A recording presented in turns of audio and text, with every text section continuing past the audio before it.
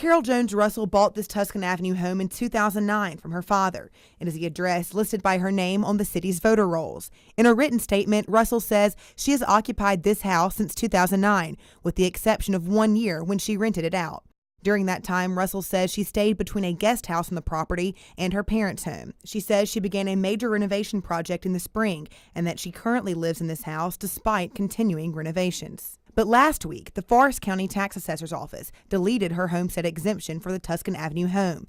Tax officials say they visited the property and found it vacant and that the owner lived in Stone County.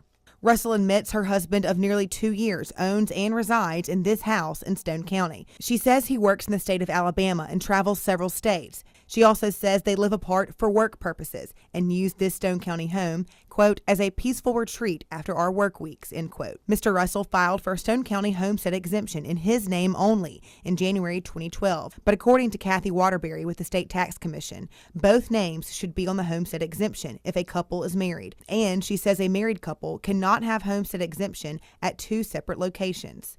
Forest County Tax Assessor Marianne Palmer says because of that law, the Tuscan Avenue homestead exemption filed by Ms. Russell was deleted from the tax rolls on October 25th. According to her written statement, Russell says she has claimed homestead exemption on Tuscan Avenue since she bought the property in 2009, and she has no knowledge of the revocation of its status. Ms. Waterbury also says homestead exemption is automatically null and void once the property becomes rental, since homestead exemption means owner occupied. According to city water records, the Tuscan Avenue water bill was paid by someone else between March 2012 and April 2013, and there was no water consumption at that location from April to September 26, when it was reconnected under Russell's name.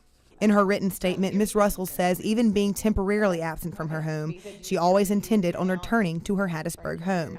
Therefore, she says her residency in Hattiesburg remains just as intact as it has her entire life. Okay.